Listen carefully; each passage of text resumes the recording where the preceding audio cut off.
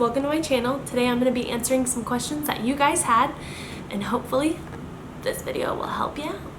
The first thing we're going to be talking about is high iron foods. So a lot of us know that these are things like red meats, chicken, shellfish such as oysters, mussels, clams, but if you're looking for a vegetarian or vegan option, you can do tofu, different beans, asparagus, and dark leafy vegetables.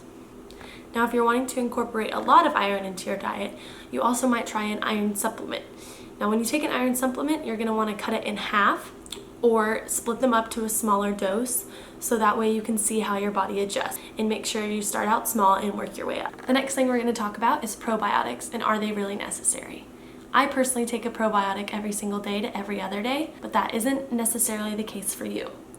It might be helpful to take a probiotic if you're on antibiotics, because that antibiotic is going to kill not just the bad bacteria in your gut, but also the good bacteria. So it's going to be nice to pair a probiotic along with taking that medication. You also might consider taking a probiotic if you're over the age of 70. Your gut microbiome decreases with age. However, you do not need to take a probiotic necessarily if you don't really have any gut issues, and if you're able to incorporate probiotic foods such as kefir, kimchi, or even yogurts that have these strains in them. Along with probiotic foods, you want to pair them with prebiotic foods, so things like Jerusalem artichokes, quinoa, leeks, and onions. Along with probiotics and kind of the gut health theme, I got some questions about gut healing foods, specifically for IBS as well. Now with IBS, you're going to want to look up a diet called the low FODMAP diet. The low FODMAP diet helps you eliminate all these different foods that could be causing stress on your digestive system. Now at first it might seem very overwhelming, but with time you'll get the hang of it and you'll be able to incorporate lots of those foods back into your diet. Staying on the digestive route for just a little bit longer, I got lots of questions about beans. I know that beans can cause a lot of stress on people's digestive system and produce things such as gas or even nausea. Now when you're cooking beans, there's a few things you can do to make them more easily digestible, such as soaking your beans overnight or even for a couple days. You can also do things such as adding salt at the end, or apple cider vinegar, or even adding cumin or fennel towards the end. All of these things can help either soften the bean and prevent gas. Sometimes we can be really overwhelmed when trying to eat healthy. It looks like it can be a really expensive or just not a very practical way of living. However, there are a lot of tips I can give you to help you transform your eating habits, such as shopping in the frozen section. There's going to be tons of vegetables and even fruit that is a lot cheaper in the frozen section, and it's still just as nutritious as if you were to get fresh produce.